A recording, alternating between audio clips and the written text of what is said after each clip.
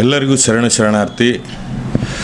ನಾಳೆ ನಡೆಯಲಿರುವ ಅಖಿಲ ಭಾರತ ವೀರಶೈವ ಲಿಂಗಾಯತ ಮಹಾಸಭಾ ಬಳ್ಳಾರಿ ಜಿಲ್ಲಾ ಘಟಕ ಚುನಾವಣೆ ಇದೆ. ಬೆಳಿಗ್ಗೆ 8 ಗಂಟೆಯಿಂದ ಸಂಜೆ 4 ಗಂಟೆವರೆಗೆ ಚುನಾವಣೆ ನಡೀತಾ ಇದೆ.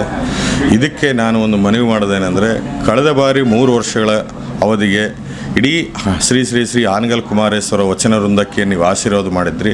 ಅದಕ್ಕೆ ನಾನು ಅನಂತ ವಂದನೆಗಳು ಹೇಳ್ತಾ, ಹಾಗೆ ಮುಂದಿನ 5 ವರ್ಷಗಳ ಅವಧಿಗೆ ಮತ್ತೇನು ನಮ್ಮ ಶ್ರೀ ಶ್ರೀ ಶ್ರೀ ಆನಗಲ್ ಕುಮಾರೇಶ್ವರ ವಚನ ವೃಂದ ಸ್ಪರ್ಧೆ ಮಾಡಿದ್ವಿ. ಜಿಲ್ಲಾಧ್ಯಕ್ಷ ಮತ್ತು 30 ಜನ ಕಾರ್ಯಕಾರಿ ಸಮಿತಿ ಸದಸ್ಯರು ಸ್ಪರ್ಧೆ ಮಾಡ್ತಾಯಿದ್ವಿ. ಇದಕ್ಕೆ ನಮ್ಮ ಎಲ್ಲ ಗುರು ಹಿರಿಯರು ಕೂಡ ಈಗಾಗಲೇ ಎಲ್ಲರೂ ಆಶೀರ್ವಾದ ಮಾಡಿದ್ದಾರೆ. ಅಲ್ಲಂ ವೀರಭದ್ರಪ್ಪ ಸಾರಿಂದ ಹಿಡಿದು ನಮ್ಮ ರಾಜ್ಯಾಧ್ಯಕ್ಷರಾದಂಥ ಎನ್ ತಿಪ್ಪಣ್ಣ ಸಾರ್ ಆಗಿರ್ಬೋದು, ವೀರಶೈವ ವಿದ್ಯಾರ್ಥಿ ಸಂಘದ ಹಲವಾರು ಎಲ್ಲ ಮಾಜಿ ಅಧ್ಯಕ್ಷರಾಗಿರ್ಬೋದು, ಕಾರ್ಯದರ್ಶಿಗಳು, ಈಗಿರುವಂಥ ಅಧ್ಯಕ್ಷ ಎಲ್ಲರೂ ಕೂಡ ಈಗಾಗಲೇ ಶ್ರೀ ಶ್ರೀ ಆನಗಲ್ ಕುಮಾರೇಶ್ವರ ವಚನರಿಂದ ಒಳ್ಳೆ ಕೆಲಸಗಳು ಮಾಡ್ತಾಯಿದ್ದಾರೆ. ಅದಕ್ಕೆ ಆಶೀರ್ವಾದ ಮಾಡಿರಿ ಅಂತಂತೇಳಿ ಎಲ್ಲರೂ ಕೂಡ ಹೇಳ್ತಾ ಇದ್ದಾರೆ. ಸಾಕಷ್ಟು ಮಠಾಧೀಶರುಗಳು ಕೂಡ ಇವತ್ತು ಆಶೀರ್ವಾದ ಕೂಡ ಆಗಿದೆ. ಹಾಗೆ ನಾವು ಹೇಳೋದಂದರೆ, ಈ 2 ವರ್ಷದಲ್ಲಿ ಕೂಡ ನಾವೇನು ಹಲವಾರು ಧಾರ್ಮಿಕ ಕಾರ್ಯಕ್ರಮಗಳು ರಾಜ್ಯ ಮಟ್ಟದಲ್ಲಿ ಆಗಲಾರ್ದಂಥ ಕಾರ್ಯಕ್ರಮಗಳು ಬಳ್ಳಾರಿಯಲ್ಲಿ ಮಾಡಿದ್ವಿ. ನನಗೆ ಖುಷಿ ಆಗ್ತಾ ಇರೋದೇನೆಂದರೆ, ಕೇವಲ 250 ಜನ ಸದಸ್ಯರಿದ್ದಂಥವ್ರನ್ನ ಕಳೆದ ಬಾರಿ ನಾವು 3600 ಜನ ಸದಸ್ಯರು ಮಾಡಿದ್ವಿ.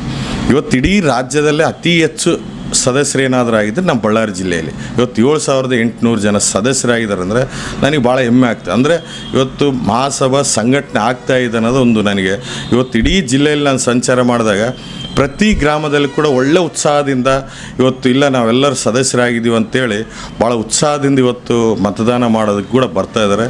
ಅದರ ಜೊತೆಗೆ ಇವತ್ತೆಲ್ಲರೂ ಕೂಡ ಆನಗಲ್ ಕುಮಾರೇಶ್ವರ ವಚನ ವೃಂದಕ್ಕೆ ನಾವೆಲ್ಲರೂ ಮಾಡ್ತೀವಿ ಅಂತೇಳಿ ಎಲ್ಲರೂ ಯುವಕರು ಕೂಡ ಒಳ್ಳೆ ಉತ್ಸಾಹದಿಂದ ಇದ್ದಾರೆ. ಅದಕ್ಕೆ ಇದ್ರ ಜೊತೆಗೆ ಇನ್ನೊಂದು ನಿಮಗೆ ಅತಿ ಮುಖ್ಯವಾದಂಥ, ನಾವು ಈ ಹಿಂದೆ 2-3 ವರ್ಷಗಳ ಅವಧಿಯಲ್ಲಿ ಬಳ್ಳಾರಿ ನಗರದಲ್ಲಿ ಹಲವಾರು ವರ್ಷಗಳಿಂದ ಒಂದು ಬೇಡಿಕೆ ಇತ್ತು, ಬಸವೇಶ್ವರ ಸರ್ಕಲ್ ಅಂತೇಳಿ. ಅದು ಆಗಿರಲಿಲ್ಲ. ನಾವು ಮಹಾಸಭಾದಿಂದ ಒಂದು ಮನವಿ ಮಾಡಿದ್ವಿ ಸ್ಥಳೀಯ ಶಾಸಕರಿಗೆ ಮತ್ತು ಮಹಾನಗರ ಪಾಲಿಕೆ ಮೇಯರು ಮತ್ತು ಆಯುಕ್ತರಿಗೆ. ಅವರು ತಕ್ಷಣವೇ ಅದನ್ನು ಆದೇಶ ಮಾಡಿ ಇವತ್ತು KV ಸರ್ಕಲಲ್ಲಿ ಅದನ್ನು ಬಸವೇಶ್ವರ ವೃತ್ತ ಅಂತೇಳಿ ನಾಮಕರಣ ಮಾಡಿದರು. ನಾಮಕರಣ ಮಾಡೋದಲ್ಲದೇ ಆ ಸರ್ಕಲ್ಗೆ ಅಶ್ವರೂಢ ಬಸವಣ್ಣನ ಒಂದು ಸ್ಟ್ಯಾಚು, ಹಾಗೆ ಆ ಸರ್ಕಲ್ಗೆ 1 ಕೋಟಿ ರೂಪಾಯಿ ಅನುದಾನವನ್ನು ಕೂಡ ಹಾಕಿದ್ದಾರೆ. ಅದಕ್ಕೆ ಕೂಡ ನಾನು ಅಭಿನಂದನೆ ತಿಳಿಸ್ತಾ ಇದ್ದೀನಿ. ಹಾಗೆ ವೀರಶೈವ ರುದ್ರಭೂಮಿದು ಕೂಡ ಸಮಸ್ಯೆ ಇತ್ತು. ಅದಕ್ಕೆ ನಾವು ಆಯುಕ್ತರಿಗೆ ಹೇಳಿ ಮನವಿ ಮಾಡಿದಾಗ ಅದನ್ನು ಕೂಡ ತಕ್ಷಣವೇ ಅಲ್ಲೇನು ವ್ಯವಸ್ಥೆ ಆಗಬೇಕಾಗಿತ್ತು ಅದನ್ನೆಲ್ಲ ರೀತಿಯಿಂದ ಮಾಡೋದಕ್ಕೆ ಅನುಕೂಲ ಆಗ್ತಾಯಿದೆ. ಇವೆಲ್ಲವುದು ಏನಂತಂದರೆ, ನಮ್ಮ ವೀರಶೈವ ಮಹಾಸಭಾ ಅಂತೇನು ಒಂದು ಸಂಘಟನೆ ಬಂದ ಮೇಲೆ ಇವತ್ತು ಇಡೀ ಜಿಲ್ಲೆಯಲ್ಲಿ ಕೂಡ ಗ್ರಾಮಾಂತರ ಮಟ್ಟದಲ್ಲಿ ಪ್ರತಿಯೊಬ್ಬರಿಗೆ ಒಂದು ಪ್ಲಾಟ್ಫಾರ್ಮ್ ಆಗಿದೆ. ಈಗ ಒಂದು ಸಂಘಟನೆ ಇದೆ, ನಾವು ಏನಾದರೂ ಕೇಳ್ಬೋದಂತೆ. ಇವತ್ತು ಹಲವಾರು ಮಕ್ಕಳು, ನಮ್ಮ ಹೆಣ್ಣು ಮಕ್ಕಳಾಗಿರ್ಬೋದು, ಗ್ರಾಮಾಂತರ ಮಟ್ಟದಿಂದ ಬಂದಂಥವ್ರು ಇವತ್ತು ಎಲ್ಲರೂ ಕೂಡ ಇವತ್ತು ಹಾಸ್ಟ್ಲ್ ಬೇಕಂದ್ರೆ ಇವತ್ತು ನಾನೇ 100 ಜನ BCM ಹಾಸ್ಟ್ಲಿಗೆ ನಾನೇ ಸೇರಿಸಿದ್ದೀನಿ. ಬೇರೆ ಏನಾದರೂ ಕಾಲೇಜುಗಳು ಸೇರಿಸ್ಬೇಕಂದ್ರೂ ಕೂಡ ಅಡ್ಮಿಷನ್ ಇನ್ನೊಂದಂದರೆ ಸಾಕಷ್ಟು ಜನ ನನ್ನ ಹತ್ರ ಬಂದಾಗ ನಾನು ಎಲ್ಲ ರೀತಿಯಿಂದ ನಿಸ್ವಾರ್ಥೆಯಿಂದ ಕೆಲಸ ಮಾಡಿದ್ದೀನಿ. ಈಗಾಗಲೇ ನಮ್ಮ ಈ 5 ವರ್ಷಗಳ ಅವಧಿಗೆ ನೀವೇನಾದರೂ ನನಗೆ ಆಶೀರ್ವಾದ ಮಾಡಿದ ಕೂಡಲೇ ನನ್ನ ಒಂದು ಪ್ರಣಾಳಿಕೆಯಲ್ಲಿ ಏನಿದೆ ಅಂತಂದರೆ, ಅದನ್ನು 2.5 ಎಕರೆ ಜಮೀನನ್ನು ಸೆಕ್ರೆಟರಿ ಲೆವೆಲ್ ಇರೋದಂತನ್ನು ಅಲ್ಲಿ ಕೆಲವೊಬ್ಬರು ನಮಗೆ ಅನುಕೂಲ ಇರೋದ್ರಿಂದ ಅವ್ರ ಹತ್ರ ರಿಕ್ವೆಸ್ಟ್ ಮಾಡ್ಕೊಂಡು ಅದನ್ನು ನಮ್ಮ ಮಹಾಸಭಾ ಜಿಲ್ಲಾ ಘಟಕಕ್ಕೆ ಅದನ್ನು ಜಮೀನು ಹಸ್ತಾಂತರ ಮಾಡ್ಕೊಂಡ್ಮೇಲೆ ತಕ್ಷಣವೇ ಒಂದು DMF ಫಂಡಲ್ಲಿ ಆಗಿರ್ಬೋದು, ಇಲ್ಲ ನಮ್ಮ ಸಮಾಜದ ಎಲ್ಲ ಹಿರಿಯರು ಇವತ್ತು ಸಾಕಷ್ಟು ಜನ ದಾನಿಗಳಿದ್ದಾರೆ, ಅವರೆಲ್ಲರನ್ನ ನಾನು ರಿಕ್ವೆಸ್ಟ್ ಮಾಡ್ಕೊಂಡು ಒಂದು ಭವನ ಮತ್ತು ಹೆಣ್ಣು ಮಕ್ಕಳಿಗೆ ಒಂದು ಹಾಸ್ಟೆಲ್ ಮಾಡ್ಬೇಕು ಅಂದ್ಕೊಂಡಿದ್ವಿ. ಅದಕ್ಕೆ ಸುಮಾರು ಒಂದು 10 ಕೋಟಿ ರೂಪಾಯಿ ಬಡ್ಜೆಟಲ್ಲಿ ಆ ಭವನ ನಿರ್ಮಾಣ ಮಾಡಿ ಒಂದು ಇಡೀ ರಾಜ್ಯದಲ್ಲೇ ಒಂದು ಒಳ್ಳೆ ಉನ್ನತವಾದಂಥ ಒಂದು ಭವನ ಮತ್ತು ಹೆಣ್ಣು ಮಕ್ಕಳಿಗೆ ಒಂದು ಉಚಿತ ಪ್ರಸಾದ ನಿಲಯ ಕೂಡ ಮಾಡ್ಬೇಕು ಅಂದ್ಕೊಂಡಿದ್ವಿ. ಅದರ ಜೊತೆಗೆ ಇನ್ನು ಬೇರೆ ಬೇರೆ ಹಲವಾರು ಕಾರ್ಯಕ್ರಮಗಳು ಕೂಡ ಸಾಕಷ್ಟು ನಾವು ಅಂದ್ಕೊಂಡಿದ್ವಿ. ಈಗಾಗಲೇ ವಿದ್ಯಾರ್ಥಿಗಳಿಗೆ, ವಿದ್ಯಾರ್ಥಿನಿಯರಿಗೆ ಸ್ಪರ್ಧಾತ್ಮಕ ಪರೀಕ್ಷೆಗಳಲ್ಲಿ ಅವರಿಗೆ ಸಾಕಷ್ಟು ಇಲ್ಲಿ ಬರ್ಬೇಕಂದ್ರೆ ಅನಾನುಕೂಲ ಇದೆ. ಇಲ್ಲಿ ಯಾವುದೇ ವಸತಿ ಇರೋದಿಲ್ಲ. ಅಂಥ ಮಕ್ಕಳಿಗೆ ಕೂಡ ಇಲ್ಲ ಎಲ್ಲೋ ಬೇರೆ ಹಾಸ್ಟೆಲಲ್ಲಿ ಹೋಗಿ ಉಳ್ಕೋತಾರೆ. ಅಂಥವ್ರಿಗೆ ಕೂಡ ಅನುಕೂಲ ಆಗೋದಕ್ಕೆ ನಾವು ಏನೆಲ್ಲ ವ್ಯವಸ್ಥೆ ಮಾಡಬೇಕು ಅದನ್ನು ಮಾಡ್ಬೇಕು ಅಂದ್ಕೊಂಡಿದ್ವಿ. ಹಾಗೆ ಮುಂದಿನ ದಿನಗಳಲ್ಲಿ OBC ಹೋರಾಟ ಕೂಡ ಭಾರಿ ದೊಡ್ಡ ಪ್ರಮಾಣದಲ್ಲಿ ಮಾಡುವಂಥ ಒಂದು ಪರಿಸ್ಥಿತಿ ನಿರ್ಮಾಣ ಆಗಿದೆ. ಇವತ್ತು ಬೇರೆ ಎಲ್ಲ ಸಮುದಾಯದವರು OBCಯಲ್ಲಿ ಸೇರ್ಪಡೆ ಆಗಿದ್ದಾರೆ. ಆದರೆ ನಮ್ಮ ಸಮುದಾಯ ಇವತ್ತು ಜನರಲ್ ಕ್ಯಾಟಗರಿಯಲ್ಲೇ IAS IPS ಆಗಿರ್ಬೋದು, ಬ್ಯಾಂಕಿಂಗ್ ಸೆಕ್ಟರ್ ಆಗಿರ್ಬೋದು, ರೈಲ್ವೆ ಸೆಕ್ಟರ್ ಆಗಿರ್ಬೋದು, ಇವೆಲ್ಲದರಲ್ಲಿ ನಾವು ಜನರಲ್ ಮೆರಿಟಲ್ಲಿ ಹೋಗ್ತಾಯಿದ್ವಿ.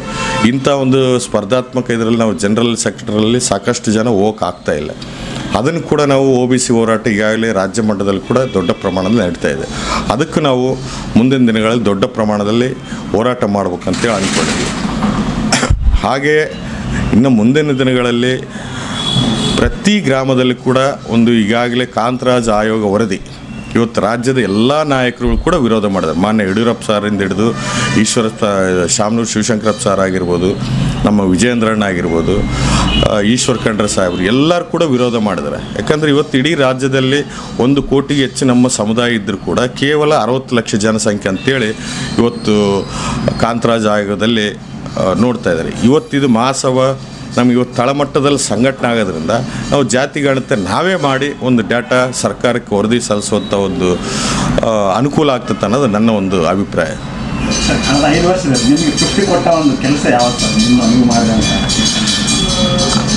ನನಗೆ ಕಳೆದ 3 ವರ್ಷಗಳಲ್ಲಿ ಕೇವಲ 2 ವರ್ಷದಲ್ಲಿ ಕೆಲಸಗಳು ಮಾಡಿದಾಗ ನನಗೆ ಸಾಕಷ್ಟು ಜನಕ್ಕೆ ಇವತ್ತು ಎಲ್ಲರೂ ಗ್ರಾಮಾಂತರ ಮಟ್ಟದಲ್ಲಿರೋಂಥವ್ರು ಸಾಕಷ್ಟು ಬಡ ವಿದ್ಯಾರ್ಥಿಗಳು ನನಗೆ ಸಂಪರ್ಕ ಮಾಡಿ, ಅಣ್ಣ ನನಗೆ ಹಾಸ್ಟ್ಲ್ ಇಲ್ಲಣ್ಣ, ಹಾಸ್ಟ್ಲ್ ಇಲ್ಲಣ್ಣ ಅನುಕೂಲ ಮಾಡಿಕೊಡು ಅಂದರೆ ನಮ್ಮದಾದ ಆಫೀಸರ್ಸ್ಗಳು ಯಾರೋ ಇದ್ದರು ಗೆಳೆಯರಿಗೆ ಹೇಳಿ ಇಲ್ಲ ನಮ್ಮ ಹುಡುಗರನ್ನ ಸೇರಿಸ್ರಿ ಅಂತೇಳಿ ಸುಮಾರು ಇಲ್ಲಂದ್ರೆ ಒಂದು 100-150 ಜನ ಹೆಣ್ಣು ಹುಡುಗರನ್ನಾಗಿರ್ಬೋದು, ಪುರುಷರನ್ನಾಗಿ ಎಲ್ಲರೂ ಕೂಡ ಇವತ್ತು ಹಾಸ್ಟ್ಲ್ಗಳಲ್ಲಿ ಸೇರಿಸಿದ್ವಿ.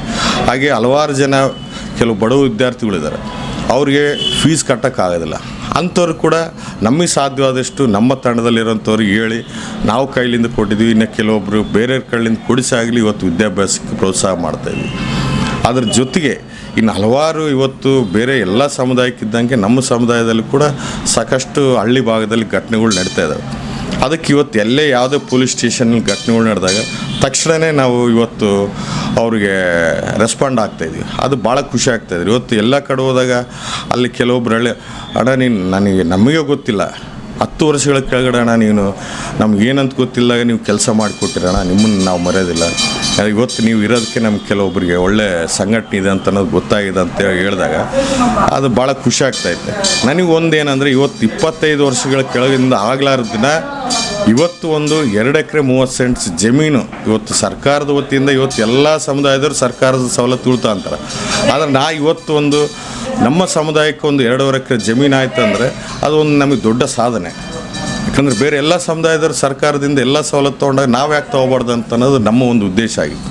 ಹಾಗಾಗಿ ಅದನ್ನು ಇವತ್ತು 2.5 ಎಕರೆ ಜಮೀನು ಆಯ್ತು ಅಂದರೆ ಅದರಲ್ಲಿ ನಾವು ಏನೆಲ್ಲ ಉದ್ದೇಶಗಳು ಅಂದ್ಕೊಂಡ್ವಿ ಅವೆಲ್ಲ ಅದರಲ್ಲಿ ಮಾಡೋದಕ್ಕೆ ಒಂದು ಅನುಕೂಲ ಆಗ್ತದೆ ಅನ್ನೋದು. ಈಗ ಇವತ್ತು ಎಷ್ಟಂತೇಳಿ ನಾವು IAS IPS ಕೋಚಿಂಗ್ ಸೆಂಟ್ರಾಗಿ ಇನ್ನೊಂದು ಮಾಡ್ಬೇಕಂದ್ರೆ ಈಗ ಆರ್ಥಿಕವಾಗಿ ಕೂಡ ಬೇಕಲ್ಲ.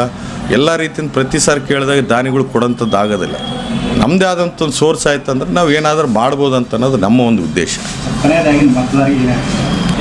ಎಲ್ಲ ನಮ್ಮ ವೀರಶೈವ ಲಿಂಗಾಯತ ಸಮಾಜ ಬಾಂಧವರಿಗೆ ಮುಂದಿನ 5 ವರ್ಷಗಳ ಅವಧಿಗೆ ನೀವೇನಾದರೂ ನನಗೆ ಆಶೀರ್ವಾದ ಮಾಡಿದ್ರೆ ನಾವೇನು ಕನಸು ಕಟ್ಕೊಂಡಿದ್ದೀವೋ ಅವೆಲ್ಲದನ್ನು ಖಂಡಿತವಾಗಿ ನಾನು ಈಡೇರಿಸ್ತೀನಿ ಅಂತೇಳಿ ಈ ಸಂದರ್ಭದಲ್ಲಿ ನಾನು ಹೇಳೋಕ್ಕೆ ಇಚ್ಛೆಪಡ್ತೆ. ಯಾಕಂದರೆ ಈಗಾಗಲೇ 25 ವರ್ಷದಿಂದ ನಾನು ಸಂಘಟನೆಯಲ್ಲಿ ಇರೋದ್ರಿಂದ ಅದರ ಒಂದು ಇದು ಕೂಡ ಒಂದು ಭಾಗ.